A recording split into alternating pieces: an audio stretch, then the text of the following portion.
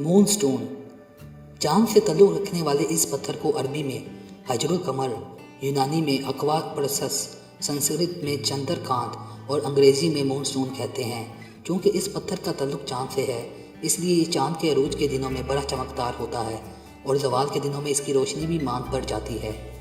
ये potash, aluminium और silica का मुरक्कब है। इसकी इकसाम ये हैं। सफ़ेद रंग की झलक दिए, ये पत्थर कई रंगों में पाया जाता है। मुज़क्कर मूनस्टोन, ये सुर्खी माइल और सफ़ेद रंगत का होता है। मुअन्नस मूनस्टोन, सफ़ेद रंगत अंडे की शक्ल का होता है।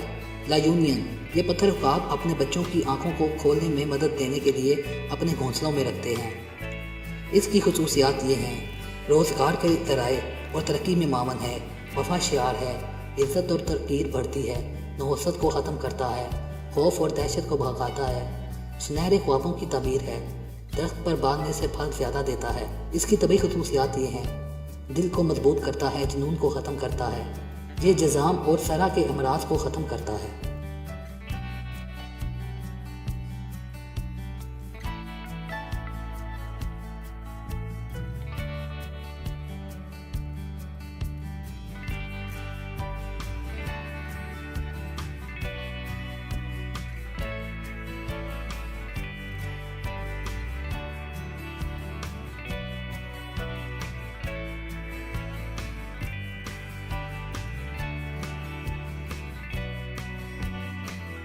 Thank